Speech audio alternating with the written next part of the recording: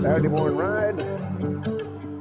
Head down to the trails, starting out here at home, Westminster, Canterbury. And today I'm trying out a new microphone, the Movo Mini Duo. Actually comes with two microphones, so you could have somebody else mic'd. In the case of bicycle riding, somebody you're riding with maybe, and carry on a conversation and it'd be recorded. So that's why I got them. And they fit into the Insta360. Something's going on here at VES. Must be graduation. Cool.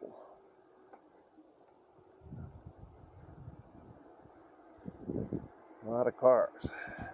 Oh yeah, it's graduation time. So I'm gonna shut this off because this is things we've seen before. And maybe the graduation's over. Huh.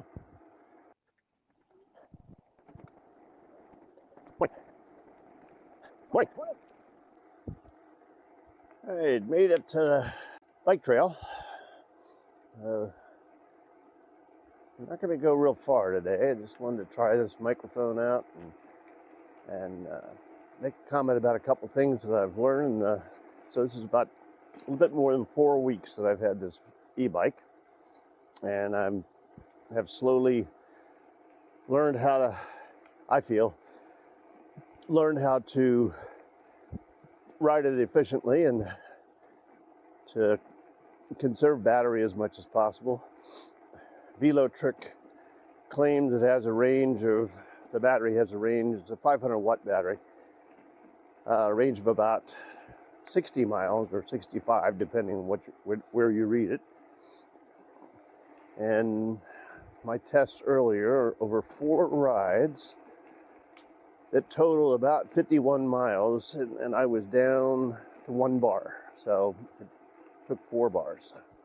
So 60 probably is, if you're driving or riding conservatively, that is, you're not using the power all the time, 60 miles probably is doable, but I'm not sure it'd be doable if you use the power all the time. I'm not sure it would last 60 miles.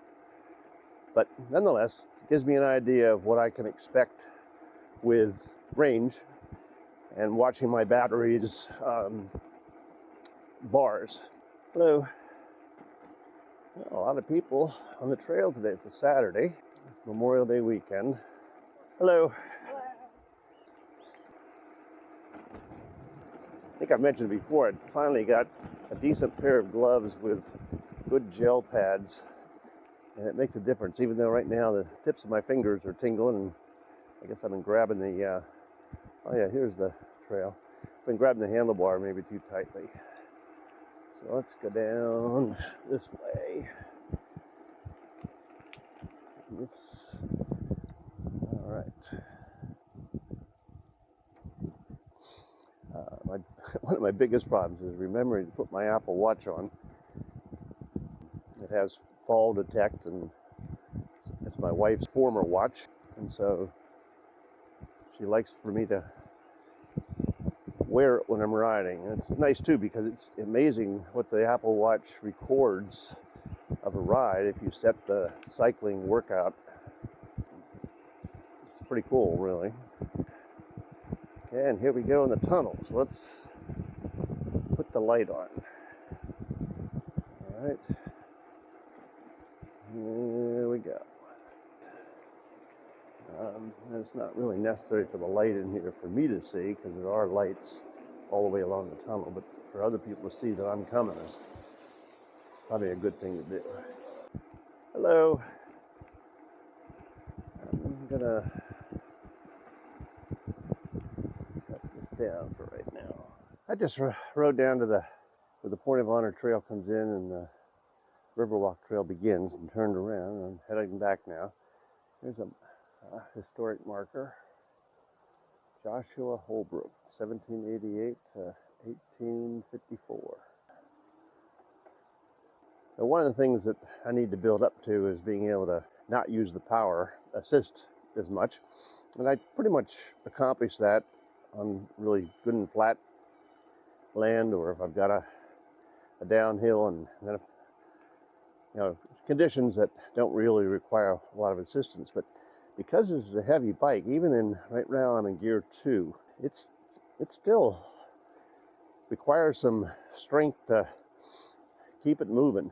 These little legs haven't done really much cycling at all, maybe only a few times in the last 20 some years.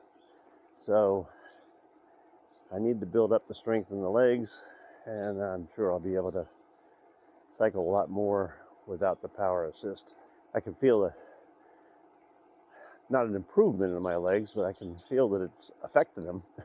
They're tired at the end of a ride. So again, kind of debunks the whole idea of not getting any exercise on an e-bike. It's all about how you ride it, obviously. But for those of you that are thinking about getting an e-bike, or like me, only recently got one, I'm sure you're learning that it takes some getting used to as to when you should shift, and your regular derailleur gears, and getting prepared for power assist before you need it, so that you're ready for that. All right.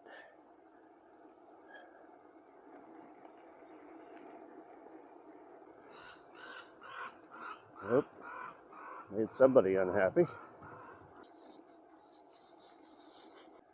All right, we're going to stop right here and take a little break, talk about a couple of things. All right, let me get off this bike. Bring it in here.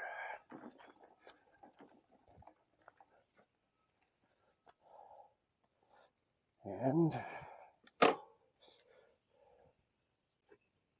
okay, we take a little break in this stand that's along the trail, and talk about a couple of things. A little bit of water. Having trouble. I fill this with ice cubes, but then they don't last very long. So I've had this bike a little over 4 weeks now. So I've been making YouTube videos for quite a while.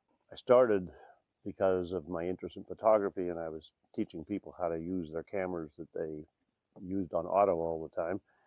And I developed that into kind of a sideline business, and made videos, learning photography, a series of videos that covered the kinds of things that I work with people on in the 6-hour classes that I teach one-to-one. So that was a reason for starting the YouTube channel, to help people learn. My background is as a classroom teacher, and the rest of my really professional life, I helped people learn how to use hardware or software at the K-12 level and university level. I got used to sketching about 4 or 5 years ago, and I started a playlist of sketching with Bill to, again, share what I was learning about sketching, because it was brand new to me, really. So when I got the Z-Bike, it just made sense to do a series of videos on what I was learning about e-bikes for people who were considering getting an e-bike. I mean, I'm almost 80 years old, and e-bikes are especially a practical investment, in my opinion, for those of us that are older and maybe are not getting exercise. And I haven't really exercised, as I've said on several of these videos, much at all in the last couple of years. And so this is getting me out, and I am getting exercise, so that's good. So that's one of the reasons for doing the videos on the bike rides. So I wanted to share a couple of things that I've learned by going on these rides. And another reason that I make the videos is I wanted to see, I finally saw a use for this 360-degree camera, the Insta360 One X2. So it's a couple, the latest one is X4, so this is several generations old, but that's only a couple of years. And I just got these new mics, so it's another reason for making a video, to see if the mic's working okay. The kind of bike I have, a Velotric, is considered, it's the Discover 1. It now has a pedal assist level of 5 levels of pedal assist. It only had 3 to begin with. And what that means is each one through 5, 1 being the lowest and 5 being the highest, gives you a certain amount of assistance and in level in PAS, pedal assist steps. I don't know. In level 1, you can't go any faster than 8 miles an hour. And in level 2, you can't go any faster than 11, 12 miles an hour. In 3, you can go, I think, 15, 16 miles per hour. And in 4, maybe just a little bit faster. In 5, 20. So a class 2 bike is what this bike is considered, and that's the maximum speed on a class 2 bike. My bike has the pedal assist, and what makes it a class 2 bike as well is it does have a throttle. So if I want the pedal assist to help me, I have to pedal. But I can put it in pedal assist 1, 2, 3, whatever, and push down the throttle, and it works. The bike goes without my pedaling. I use that to get started, and that's one of the first things I learned, how handy that is to have it say, even if it's pedal assist 1, I'm at a stoplight or a stop sign, I need to get a start or go across, for example, Rivermont Avenue to get into the bike lane. I put it in pedal assist 1 or 2 and push the throttle, and it gets me going across where there is oncoming traffic. And so what I also do, and I've always done this back in the years when I did cycle a lot, and I used to cycle a fair amount when I lived in Northern Virginia, I record my mileage. It's one of, you have one obsession about one thing or another. And so I want to keep track of how many miles I ride on particular rides and what my accumulated mileage is. And so before I clear the trip mileage, and the little controller that's in the front of my bike that you can see in the photo here, on 0, and I'm obviously not going anywhere. I've ridden 7. You can see the battery is still showing a full charge, and I've gone 7 miles so far today. And if I hit the power button once, it goes to what the odometer reading is, and so it's 181 miles that I've gone so far with this bike since the first ride. And hit it again, and that's the average miles per hour, 10 miles, 10.2. And this is the fastest I've gone today, down a hill, 26.4.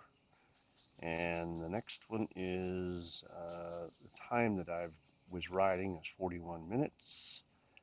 And then the calories I've burned are 29. That differs from what my Apple Watch tells me. Power, that would show a number if I was riding. It would show how much power the battery's putting out.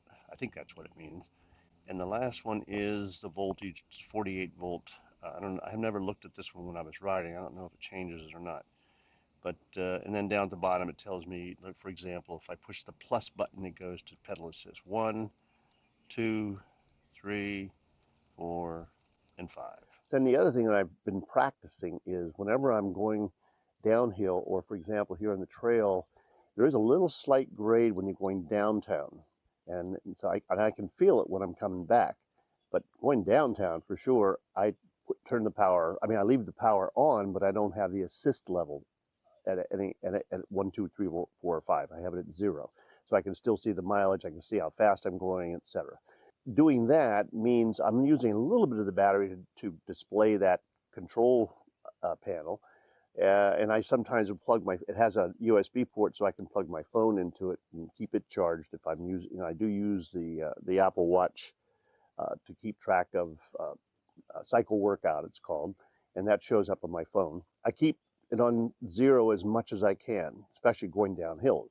I don't need any assistance when I'm going down hills. I usually can hit in some of the hills that I go on, 30, 32 miles an hour easily. When I have it in 0, then, and even when I don't have it in 0, if I have it in pedal assist 1, 2, or 3, whatever, I still use the 7-gear derailleur and shifting system. And one of the things I have to remind myself is as I'm getting ready to stop, is to downshift to 1 or 2, 1 being the easiest to pedal and 7 being the hardest. So when I start out, if I don't want to use the pedal assist, I can get the bike going. But the bike is 63.5 pounds, and so and I've got stuff on it, so it's a load. The other thing is, and again, it's just the same thing if you don't have an e-bike, as you're going down a hill and there's an uphill coming, or you're on a flat surface and there's an uphill coming, you want to get your gears downshifted so that you're ready to get up to be able to pedal up that hill. So that's just common sense or cycling, to anticipate hills and anticipate when you're going to need your lower gears. And as I said, The other thing is to remember to downshift to a lower, like 1 or 2 gear before you stop, so that you can pedal yourself to start. Other thing is, I mentioned these gloves, and then they're handy. You don't need gloves, but I do, because my hands tend to tingle up without some kind of cushioning. And the other kind of equipment that I recommend is, I mean, this bike comes with a front light and a rear light. And the rear light is always on when you have the power on. And it does flash if I hit the brakes. It doesn't have turn signals like some e-bikes do, but it does flash on and off, or intensity, when I hit the brakes. I got these little lights that will flash in different ways. I notice a lot of cyclists have lights on just to, again, to make yourself visible. And I have, if it rains or it's chilly, I've got a lime jacket that will make me show up on the street. So those are some of the things that I've learned. I'm sure I'll learn more, and I'll share that with you. So that's what I wanted to stop and talk to you about. And I appreciate your watching these videos, and I look forward to making more of them, and hopefully getting a little bit more interesting content, because I've pretty much done most of the trails that are right here inside the city of Lynchburg. All right, so thank you. Getting to my turn-off point. As I was saying, I know a hill's coming, so I'm going to put my pedal assist up, and I know this is a bit of a challenging hill, so I put it to 3. You don't need to work your way up the scale, and as far as I know. So and then when we get a little closer to the top, I'll put it at 4, because the incline really increases. This would be a piece of cake for some of the real avid cyclists here in Lynchburg. All right, we're coming up to a little steeper grade. Put it in 4. I think 4 is enough. I've done 5 before, but I don't think I really need 5. And I don't really know how much it affects the battery drainage between say, the power assist level of 4 and 5, but got it on 4. And then going up Woodland is a bit of an incline. I don't need so much power here, so I'll put it down to 1. The problem with 1 is it won't go any faster than, well, I'm going 9.3 because I'm pedaling, and sometimes it pulls it down to 8, and I can't go any faster than 8. So right now I'm leveling out at 9, and that's really kind of slow, even when I'm pedaling with no assist. So let me put it up to 2. 2 lets me go up to 11, I think, or 11, almost 12. And now so now I need to change my gears, which are in 2 right now, up to 3, up to 4, and that's a nice balance right there. I'm going almost 12 miles an hour. And now we're down to 10.6. Pedal assist 2. I'm slowing down, and I'm still pedaling. And it's relatively easy. I'm getting resistance, so I know my legs are getting some exercise. I'm going along around almost 10 miles an hour is a comfortable speed. Doesn't feel like you're really creeping, and it's fast enough that it's getting me up the hill, for example. And now I've leveled out, and it's going up to 11 to 12.1.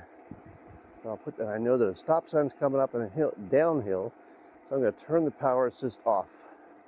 So it's at 0 now, and I'm in gear number 4. You know, the derailleur gear number 4, 110.6. So as my legs get a little bit more in shape, this will be a piece of cake. But even now, I can feel some effort. Hello. E-bike, huh? Yeah, yeah.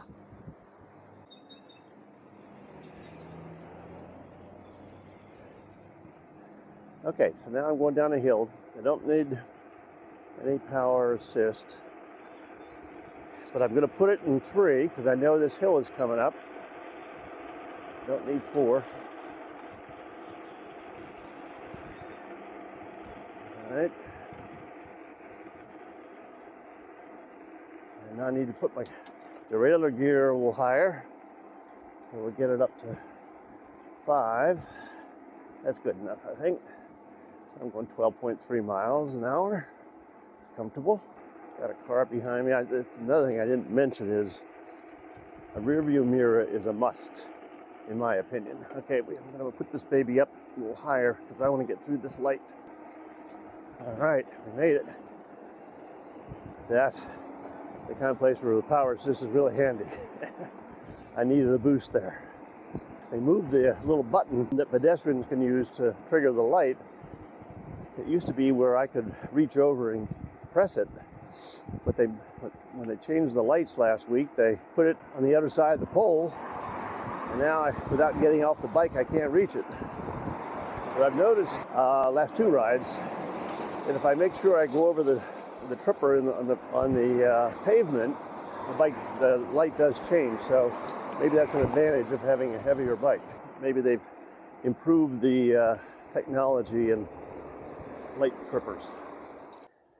Passing VES, Virginia Episcopal School, private high school, 9 through 12. And there's Westminster ahead of us. So we're ready to close out. Thanks very much for watching. Appreciate your viewing.